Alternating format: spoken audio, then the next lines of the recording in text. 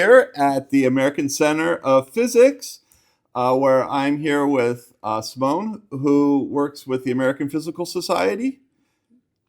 Kind of. Kind of. I was wondering if you could please introduce yourself and state what your career is. Awesome. Yeah. So my name is Simone Hyater-Adams. I like to call my little tagline a physicist, artist, educator, and researcher. So what I do with APS is I work as a contracted evaluator. And I've worked on a couple projects, PhysTech being one of them. They hired me on as an equity evaluator specifically to help them write their grant to continue the work that they're doing. So I've stayed on when they got the grant funded, and worked with them for the last 5 years on just assessing the impact and the changes that we articulated that they wanted to make within the program before I began. It's great. I know it's always alphabet soup when we talk about these acronyms. So what was the word you said, PhysTech? Yes. Oh my gosh, what is this? The Physics Teacher Education Coalition. And this is not my main job. My day job is actually as a director of academics for a nonprofit that's called Full Steam Forward. Wow. It works with 3rd, 4th, 5th grade girls specifically, and teaching them just having them explore science and see themselves as scientists is the main goal. That's amazing. It's really my passion to do outreach, quite frankly. I developed outreach as a part of my dissertation work. And so that is really where I'm trying to go to. But there's so many people who are hiring me for evaluation that I'm like, I guess I can do this project. And then somehow it became a business. And so it's I do a lot of things. So you have your PhD in physics, right? I have my PhD. I guess it's technically, I think of it as a physics PhD, but really it's through the School of Engineering at CU Boulder. I was a part of an interdisciplinary program at the Atlas Institute at CU Boulder, University of Colorado, Boulder. And they basically have kind of a build your own PhD thing that I applied to. Awesome. And I applied to that and the physics department when I CU Boulder, but I ended up getting into only that one. And so I went there, but was able to work with my physics, the one of the PR people at the physics department. So Noah Finkelstein was my advisor. Oh. And I worked with the PER group. I TA'd for physics. I kind of basically went through a modified version of their physics program. But because I got to say what it was, then I also got to articulate other classes in other departments that I felt was related to what I wanted to study. So I ended up taking ethnic studies classes. I took classes in the dance department. I took classes in the education department and was a part of kind of a cohort of education PhD students as well. So I had communities in all of these places on campus because I was in this unique program. That's wonderful. Yeah. And I think another thing that students might not know about is that a lot of the grants have evaluators that they hire in order to evaluate the progress of the grant. Exactly. And that is a pretty lucrative business. Oh, I mean, I did not try to become an evaluator. Let me be clear. People kept coming to me and asking for all my advice, if I would help them with research projects, if I would be consider doing an evaluation of the program of different types. And so because I have research expertise, because I went and got my PhD, getting into evaluation was really smooth. I went directly from my PhD program to work as a full-time employee of APS, actually. And so I was running the national mentoring community at APS for 2 years before I went off to these other nonprofits that I started working at. And so that's why APS knows me and the people know me. And so they keep calling me back for some other projects. And so I've been able to work with university professors too. There's a lot of people who write grants. Both inside academia. Yep, inside academia, outside. Everyone who's doing a conference usually wants some kind of conference evaluation done. And so evaluation is really becoming a booming business, especially when money is tight, right? Because funders want to make sure what they're funding is going to actually work. That's right. So I didn't know a lot about evaluation and the money that came with it until people started giving me money for it. I was like, oh, I didn't even try and I'm generating money from evaluation. That's great. So going back, why did you initially choose to study physics? Oh, that's such a good question. I think my mom tells the story more than I do. And it's because I come from, my parents are musicians. Okay. My father was a professional drummer, a percussionist. and my mom was a professional guitarist. Okay. They met teaching music, you know? And so I come out, and my brother, who was older than me by a year, is also a percussionist. And then there's me. And I'm like, Mom, I went from wanting to do like musical theater in school to being like, I think I'm going to study physics. And she was like, why? And I was like, Mom, because it explains everything. And I'm like super excited. I'm like 16, 17, taking AP physics, AP calc, and all of this stuff. And my mom's like, I don't know where this came from. So she was really lost. But I was really, really into it. And it was because I think we were talking about earlier, middle school physical science teacher. I had one of those. I was in middle school. Was the first time I did a science fair. Super hype about it. I think I won like second or third place the second time I did. I was like so into the science fair. Every project I did was physics. I didn't know that I liked physics at this point, right? As much.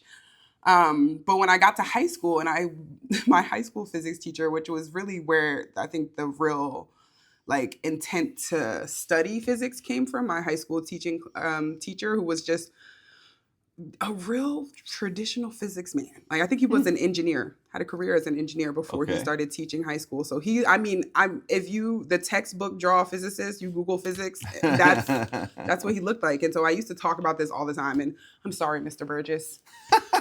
I think he might be, I don't know how he feels about it. But it's true. And it's because, I guess I've emphasized that point because as a Black woman, I was inspired by that. And people are always like, oh, you have to have the people who look like you. I'm like, no, you do. Like, I think that is really important.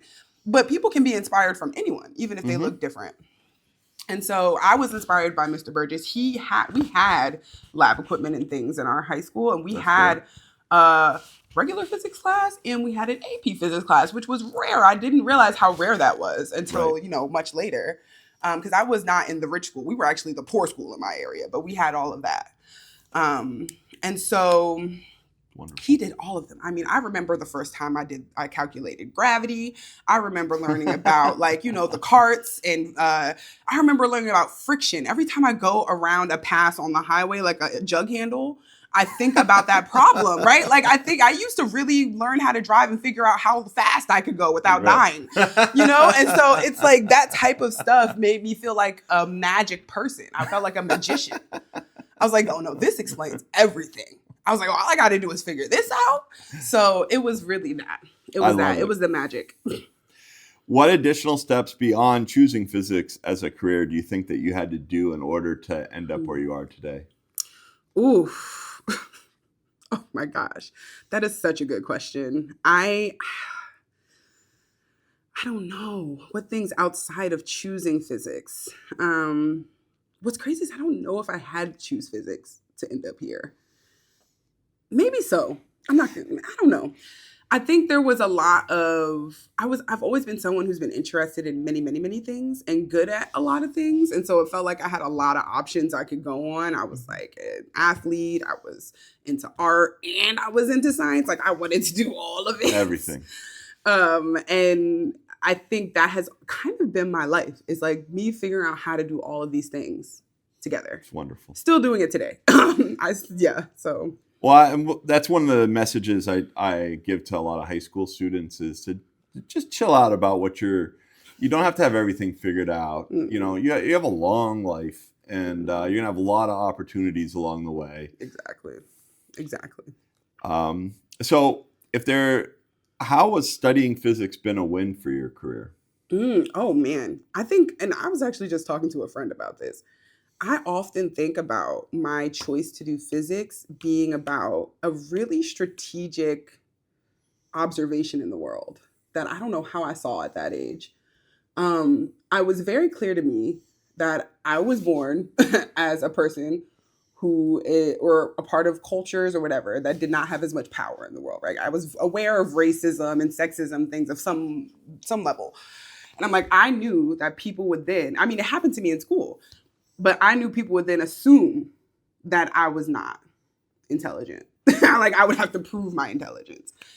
And so at some point, I think I just made this strategic goal where I was like, oh, people seem to not assume what my intelligence is the second I tell them I'm in physics or like physics or enjoy physics, right? It's like they are mostly just like, whoa, you must be smart. Yeah. Right? And I really think that at the basis of it, understanding that this path would allow me more access just based off of the assumptions people would make, which is also a part of why I even went for the PhD. It has really blocked me from a lot of oppression and a lot of barriers. I'm being real. People do not think twice. Like, all I have to do is pop that PhD down and people will speak to me with respect, quite frankly. And not all the time, but most of the time. I often talk of physics as being a glass ceiling breaker. Mm-hmm. Because it puts you. So even myself, I grew up in a fairly blue collar urban neighborhood, and I spent a couple years as a management consultant, mm-hmm. and I can't fathom that kid that grew up would be sitting in boardrooms talking with CEOs. Mm-hmm. And all because that physics degree kind of puts you on this like line that puts you at the top, towards the top of society. So it is a way to break glass ceilings. Yeah, it will stop.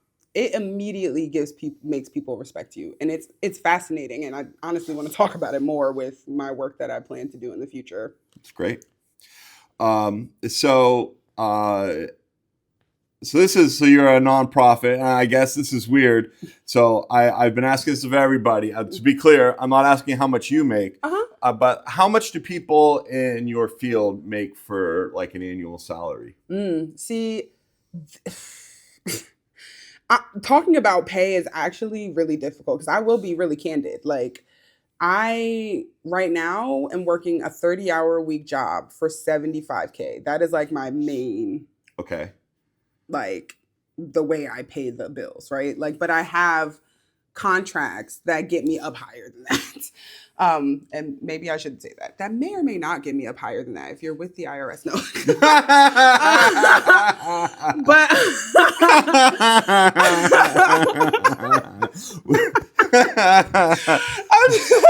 But jokes aside, I really do feel like I am doing work not for pay. Like, I've made a decision with my life to get to a place where I'm comfortable, even though I'm not. So instead of where I'm trying to make the most money. And so I live in a lifestyle that fits very well with this $75K, quite frankly. I'm not living above my means or below, I'm living below my means, I should say.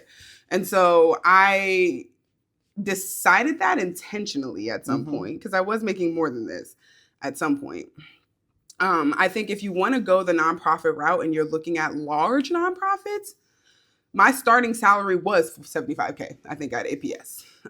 If I had kept going up the ladder with this work, I would be easily making like $150,000 or something, right? Like, I think I could be making up to $200K right now if I decided to take a different kind of position. And I'm aware of that. I'm also aware that those positions would literally break my soul, likely.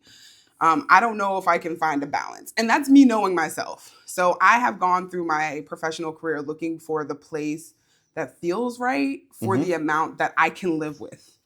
And that's because I come from a place of privilege, quite frankly. I've never had to worry about money in a way that keeps me that money motivated.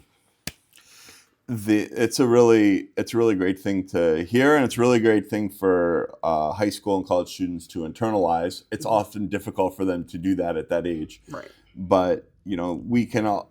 One of the great things about being PhD in physics is that there are ways to make a lot of money, but of course you have to pay for them in other ways. Exactly. Yeah, I don't know where you're getting a 30-hour work week. Yeah, right. And I mean, for real, 30 hours, especially at the nonprofit. Nonprofits are the number one way to overwork for way too little. But let me tell you. So what does a typical day look like for you? Oh, man. My days are super chill, actually. And that's why I'm doing this. I wake up. I don't take any meetings before 10 a.m. I don't usually wake up before 9 or 10 a.m. Oh, my gosh. And I just chill. I get up, I go walk my dog, I drink my coffee and do my morning activities. Then I might do work for a few hours, and then I'll chill with my roommates in between work because we all work from home in the house we live in. And so we'll chill and bake food. Then I might go work again if I have other things to do. And then we just do more chilling, like with our dogs. Like we'll watch TV. We have a whole system for how to choose what to watch. And yeah, I might go out, or I am a performer and an artist too. So I do shows sometimes. I go to classes and do group performances. So I'll be having rehearsal sometimes. I like to make things. So oftentimes we're doing craft time. That's great. So like I'm living a life that has like, where I'd say 50% of my life has nothing to do with work. Okay. And that fluctuates, but this is where I've been for like maybe the last 5 years since I left the last like full-time job that I had. So you said you worked with girls. Do you go to like after school programs and that? So do you actually hang out with them after the school day? So so for my actual work, I guess it's also summertime. So this is what my day looks like now. But like in the school year, what it looks like is I usually teach 2 classes a week because they are all virtual. What I teach is virtual. So girls get boxes and then they join me on Zoom to do the activities each week. So I'll teach Monday, Tuesday, and it's in the evening, like 4:30 to 6 type of thing. All right. Which is why I start my day so late also. And so I'll get up, do meetings, do prep, and then teach for an hour and a half, and then go do other things, go to rehearsal, go make dinner, whatever. So that's really what it looks like. And it's only 2 days a week. Outside of that, I'm doing like planning. I'm doing lesson planning or like planning for the program. I like to, I run events for the families. Okay. So I like to plan. I do little challenges I get to do with them. I bring in guest speakers for them. So it's a lot of like that kind of admin work outside of the class, but I'm mostly in charge of curriculum. That's great. So I know I'm going to put you on the spot here, but can you share a funny story that you had professionally? Yeah, I have so many funny stories. I'm like, really, it's about appropriate. I don't know what's an appropriate funny story. You're on video. Yeah. Maybe I'll say, oh my gosh, the girls who I work with are so funny. Okay, they are so funny. I think the last funny thing that they did, I'm thinking about when they're often making me feel really old, even though I'm only 34. Yeah. And they do that. Yeah. The things that they're also interested in are funny. I wish I could find a better one, but the one that comes to mind right now is about my aunt. So like I said, this is for really specifically Black and brown girls. Like most of our girls are Black actually in this program, which is part of why I'm here, because I care about who I'm working with very much. And so I bring in like women of color, basically, as guest speakers. That's what we do as an org. And so I had my aunt who works, she does like, how do I say, like project management for like a tech part of this company. I can never remember the name of where she's at. But she works with like people who are developing AI bots for like an organization's use. And I'm like, okay, let's bring this in and see what this is like. But she has this whole like history with being excited about computers. And so me and her look alike. This is my aunt that I swear I look like her daughter instead of like my mom's daughter. And so she comes in and the girls are just like, oh my gosh, you're so pretty. You're so pretty. They're just calling my aunt pretty. They're like, you're the most gorgeous lady. I'm like, we look alike. And they've never once said this to me. I'm like, we have the same face. And I have thought about that way too often. I'm like, wow, first thing they said was how pretty my aunt was. And I'm like, where's that energy for me? Sad, but true. It's my truth. What's one thing you wish you knew when you were in college? Ooh, one thing I wish I knew in college. I wish, maybe I'll talk about undergrad. Where I think for a long time, school has been very much oriented around the grade. That's our problem. Sure. But also tying the grade to access, right? Like, and so my experience was that I went into school on full scholarship. My mom lost all our college money in that recession back then. And so we had it, but we didn't have it by the time we needed it. And so I was very clear that I had to get my college paid for, and they did that. And so I was like the star physics student at Hampton. I went to Hampton University for undergrad. Okay. And I just remember how much pressure that put on me for good grades and how much I did not actually learn because I was caring so much about the grade. I hear that. And I just think about how in grad school, I really finally, when, grades barely matter, I finally realized how important it was for me to just figure out how to learn the things that I want, how to build the skills I want. And I wish in undergrad I cared more about that than I did. Yeah. Yeah. I have that I've seen that problem happen with a number of, especially female students who feel they really, it's all on the line. And they need straight A's. Yeah. And it puts a pressure that it's not productive for what we want, which is learning. Yeah. Right. And I did the things I needed to do. And I feel like I would have learned modern physics way better. I would have learned quantum and thermodynamics. 3 classes I remember being like, I don't know shit about these things. Right? Like after I was done. So what advice do you have for students who are starting out today? My advice to almost every student is to really, I don't want to say take control. I hate using the word agency, but that's what I mean.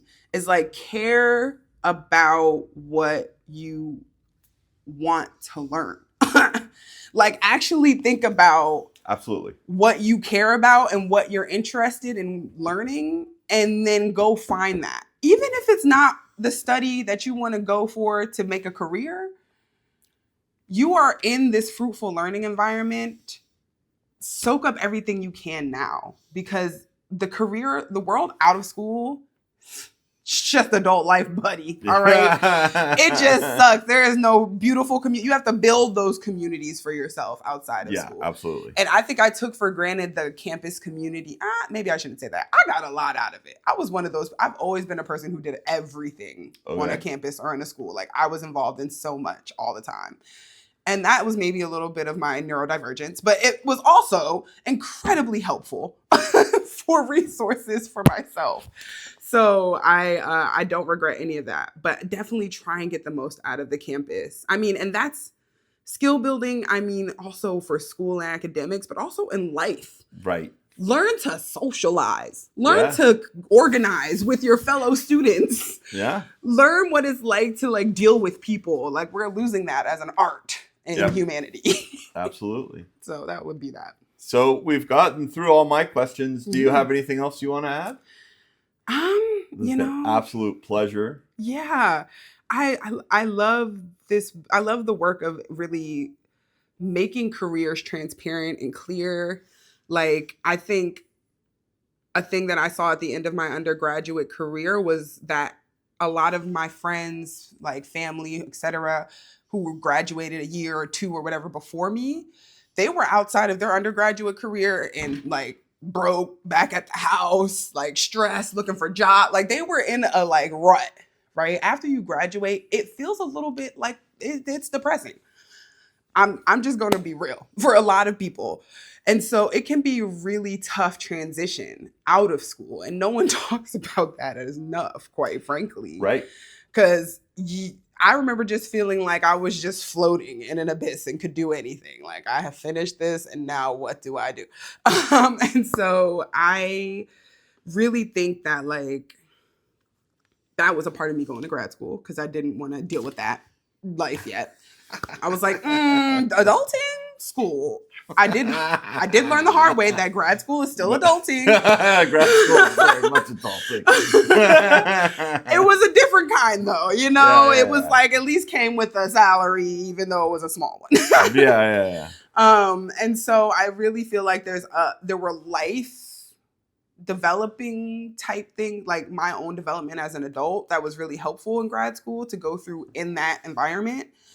And so there's a lot of reasons to go to grad school, not just to get the career check mark that you want for whatever really specific career goal you have, but like it's like a professional development hub.